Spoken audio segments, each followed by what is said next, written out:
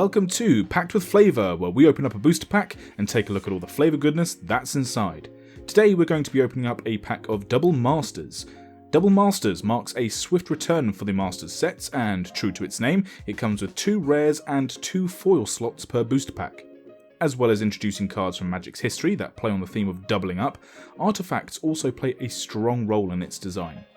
Every box topper, except for Jace the Mind Sculptor, and several of the main set cards also come with brand new artworks, so there's a potential for a lot of new flavour to be found. The art director for this set was Tom Jenkott. Let's get cracking.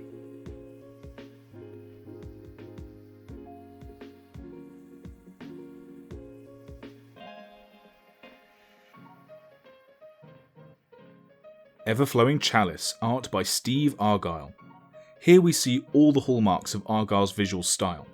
The chalice itself is incredibly detailed, with every gem and intricate detail of its form defined with highlights and shadow, all the more pronounced due to the almost abstract haze of the colour that makes up the background. You can find this style in his other artefacts, for example Briber's Purse, and even in his character work, such as his iconic Liliana of the Vale.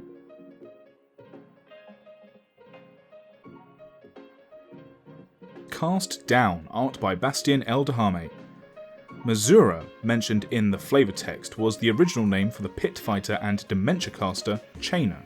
The quote is attributed to Chainer's Torment, a name shared not only by one of the books associated with the Odyssey block that follows the character of Chainer, but also the saga card from the set Dominaria, depicting the eventual death of Chainer at the hands of his own nightmares, and the Morari artifact.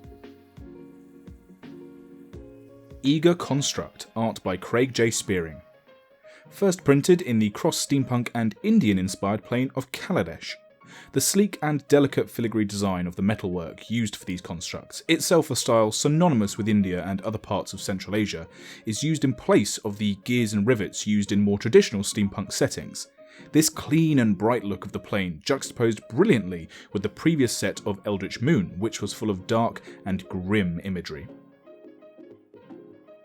Ancient Stirrings Art by Vincent Pruce. Form meets function in this common from Rise of the Eldrazi.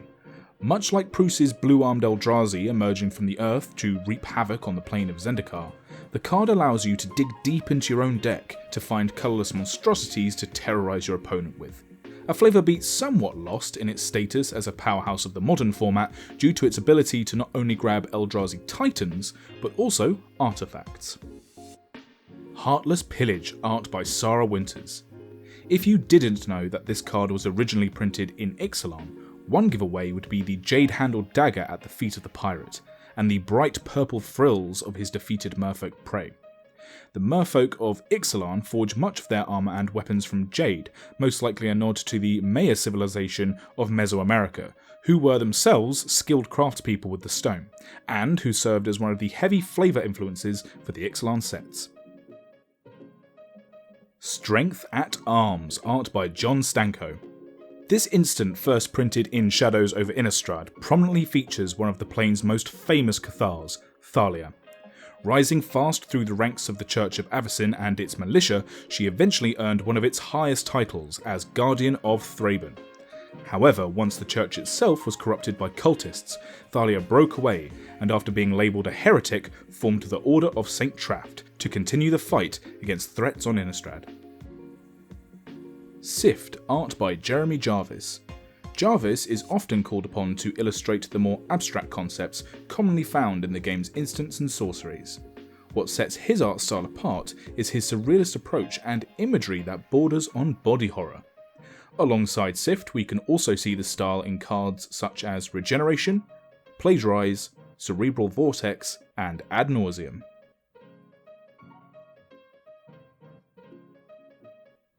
Kazul's Toll Collector Art by Greg Staples. This Zendikari ogre works for the slaver Kazul, who along with his ogre clan, human servants and slaves, gatekeeps the cliffs of Kazul, the only safe passage into the continent of Marasa on Zendikar. To gain passage, tributes or bribes must be paid to the ogre leader, or death may await. Gelatinous Genesis Art by Daniel Lundgren. To date, there are only 31 Ooze creature cards, counting those in unsets, and a further 8 cards that create Ooze tokens. Despite this, Oozes can be found in blue, black, red and green, with an Eldrazi Ooze also marking a colourless entry. What's more, there are 5 legendary Ooze creatures, which is pretty impressive for this gloopy tribe. Thirst for Knowledge, art by Ben Thompson. As outlined by the flavour text, the tiny blink moths of Mirrodin, once destroyed, provide the liquid serum Lymph, which bestows the Vidalkans and human Nuroks of the plane with a short-term expansion of intellect. In Thompson's piece, we can see a Nurok wizard consuming the substance and more blink moths in containers in the background. The story of the serum is taken further in the Modern Masters 2017 printing of Serum Visions, where the now complicated ink moths provide a serum that show perfection to the Phyrexians. Interestingly, Thompson also illustrated another Nurok under the influence of Lymph in the original art for Serum Visions. Clone Shell, art by Vulcan Barger. The abilities of the clone shells of Mirrodin are detailed in the 2010 WotC story article A Tale of Two Clone Shells, written by Doug Beyer. The clone shell was a quantity of quasi-living quicksilver that could simulate almost any living form. It could take on a default humanoid form to move about, and then if its surface became sufficiently warped or punctured, it would transform into any creature model that was imprinted on it. Links to the full article are in the descriptions below. Flooded Grove, art by Dave Kendall. The plane of Lorwyn was once subjected to a centuries-long day-night cycle caused by an unnatural event called the Great Aurora. During the day cycle, Lorwyn is an idyllic, mostly peaceful plane full of magic and whimsy. However, during the night cycle known as Shadowmoor, the plane turns malicious and cruel, with the creatures and, as Flooded Strand depicts, the landscape becoming dark and foreboding. Hannah, Ship's Navigator, art by Chris Rallis. A key member of the Weatherlight crew during the Weatherlight saga, daughter of the Wizard Baron and partner of Gerard Capuchin, Hannah was a gifted artificer who studied the legacy weapon artifacts and acted as the Skyship's navigator. Rallis gives Hannah her third artwork, perfectly capturing her hopeful and determined outlook that served her and the rest of the crew well through many of Magic's darkest story arcs. Ichor Wellspring, art by Stephen Belladim. Ichor, Phyrexian oil, or glistening oil. Whatever name it goes by, this substance, designed by the Phyrexians, spells doom for any plane it is found on.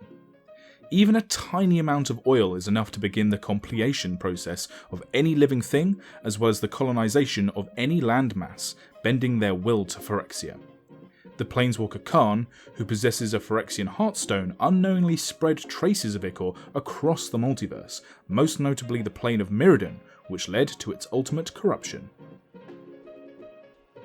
Deathhood Cobra, art by Jason Felix. The metal faceplate and rotting flesh of this Phyrexianized snake fit nicely into Felix's catalogue of magic creature cards. Much of his work revolves around taking natural human or animal forms and distorting them beyond the norm, such as Emrakul's Evangel or Bogstumper, or by giving inanimate objects a form that resembles a body, such as Runaway Steamkin and Corridor Monitor.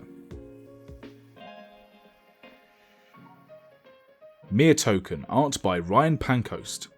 The Mir are small automatons created by the one-time ruler of Mirrodin, Memnarch, and whilst at first created to simply carry out tasks, many have developed a separate intelligence.